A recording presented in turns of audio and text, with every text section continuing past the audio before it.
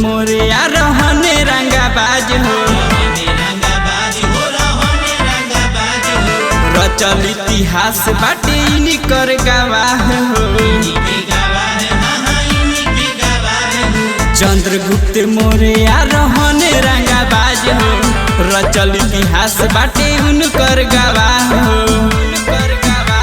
तू रचल इतिहास पे तू नाच करबे, कोई रिया से बेटा तू नाच करबे। कोई रिया के नाम पे तू राज करबे।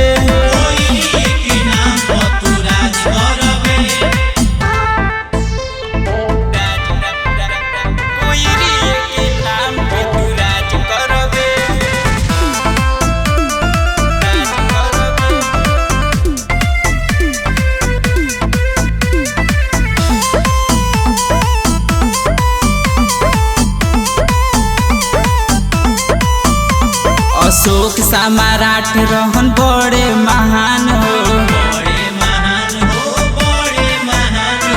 जीदी रजनीश के बा बड़े पहचान हो।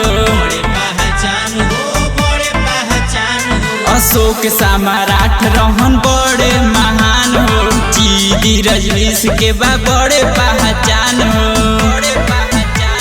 अनुज चित्तरंजन से रंगबाजी मनबे।